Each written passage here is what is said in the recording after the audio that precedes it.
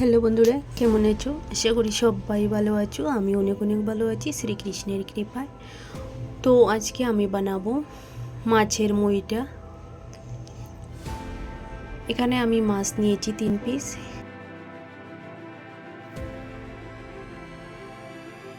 আস্ত মাছ হলে ভালো হতো।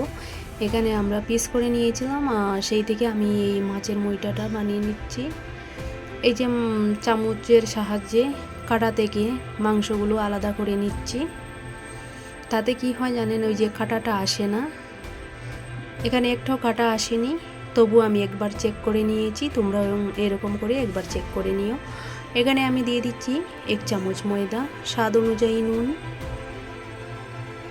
এখানে নিয়েছি পেঁয়াজ কুচি করে কেটে। তোমরা চাইলে একটু বড় করে পেঁয়াজটা রাখতে পারো। তো এখানে আমি দিয়ে দিচ্ছি পেঁয়াজ, গোলমরিচ হাফ চামচ।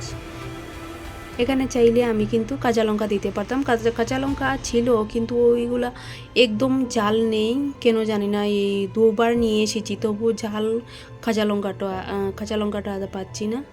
এদিকে আমার সবগুলো মিক্স করার পর এরকম হয়েছে আটার মতো। তো এখন আমি হাতে একটু তেল লাগিয়ে নিচ্ছি, আর এখন আমি মুইঠাগুলো বানিয়ে নেব। এই রেসিপিটা আমার খুবই পছন্দের একটা রেসিপি। ছোটোবেলা থেকেই আমি দিদিমার হাতে এই রেসিপিটা খেয়ে খেয়ে এসেছি। এখন 1 বছর হয়ে গেল দিদিমা আমাদের মাঝে আর নেই। তো দেখো, এখানে মুইটাটা বানিয়ে নিয়েছি আমি একটা। এইভাবে আমি সবগুলো মুইটা বানিয়ে নেব। তো ভিডিওটা শুরু করার আগে প্লিজ বন্ধুরা একটা লাইক দিয়ে শুরু করবেন, আর স্কিপ না করে আমার সাথে থেকো শেষ পর্যন্ত।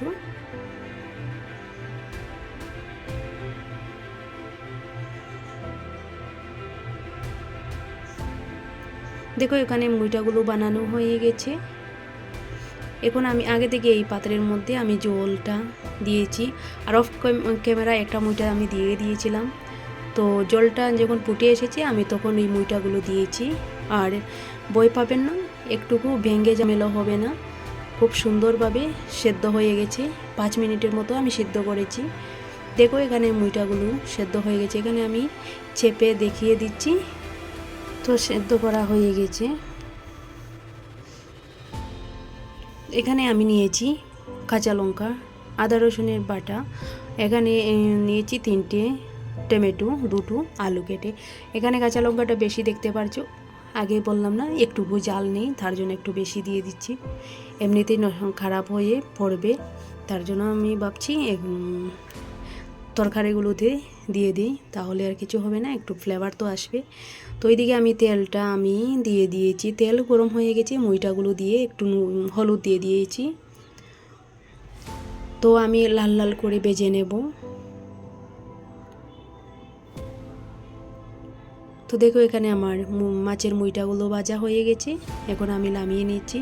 এখানে যতগুলো দেখছো একটু কম হয়ে যাবে, কারণ আমার মেয়ে এরকম মুইটা করলে না, ও ফ্রাই করার সঙ্গে সঙ্গে নিয়ে খেয়ে নেয়। আর এই যে আমি দেখো, এখানে নিয়েছি হলুদ, জিরে পাউডার, গোলমরিচ পাউডার, ধনে পাউডার, লঙ্কা পাউডার, সবগুলো আমি হাফ চামচ করে নিয়েছি। লঙ্কা পাউডার 1 চামচই নিয়েছি।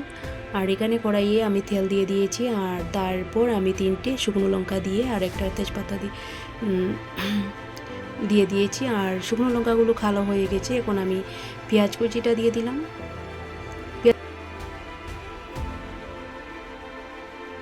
পেঁয়াজ কুচি লাল হয়ে গেছে। এখন আমি দিয়ে দিচ্ছি আদা রসুনের বাটা 2 চামচ।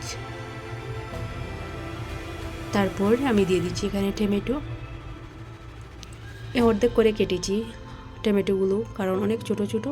আর দিয়ে দিলাম কাঁচা লঙ্কা। এখন আমি একটু নাড়াচাড়া করে নিচ্ছি। তারপর আমি দিয়ে দেব এই যে বানিয়েছিলাম মশলাগুলো জল দিয়ে, সেগুলো দিয়ে দিলাম। তারপর দিয়ে দিচ্ছি স্বাদ অনুযায়ী নুন।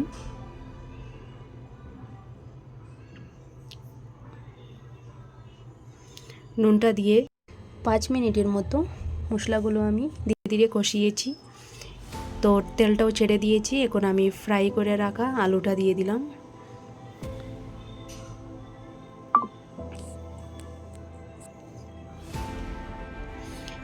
আলুটা দিয়ে আরও 1 মিনিটের মতো কষিয়ে এখন আমি দিয়ে দিচ্ছি এই যে মুইটাগুলো সিদ্ধ করেছিলাম, ওই জলটা আমি ফেলে দিইনি, দিয়ে এখন আমি এই তরকারির মধ্যে দিয়ে দিচ্ছি। আর এক্সট্রাও একটু জল দিয়ে দিয়েছি।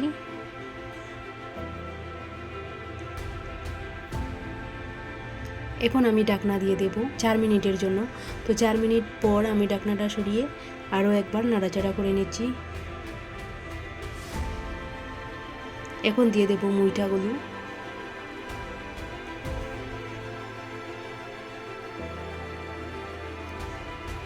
বলেছিলাম না মুইটাগুলো কমে যাবে, কমে গেছে, ছাড়টা কমে গেছে, আমার মেয়ে নিয়ে চলে গেছে। তারপর মুইটাগুলো দিয়ে আমি এখানে ঢাকনাটা দিয়ে দিয়েছি আরও 1 মিনিটের জন্য। তো আমার মুইটা রেসিপি হয়ে গেছে। এখন আমি ধনে কুচি দিয়ে নামিয়ে নিচ্ছি। তো আমার মুইটা রেসিপিটা কেমন লাগলো একটু কমেন্ট করে জানিও। আর এই রেসিপিটা না ট্রাই করে থাকলে প্লিজ একবার ট্রাই করে দেখো। খুবই লোভনীয় একটা রেসিপি, খুবই সুস্বাদু রেসিপি, খুবই ভালো লাগে।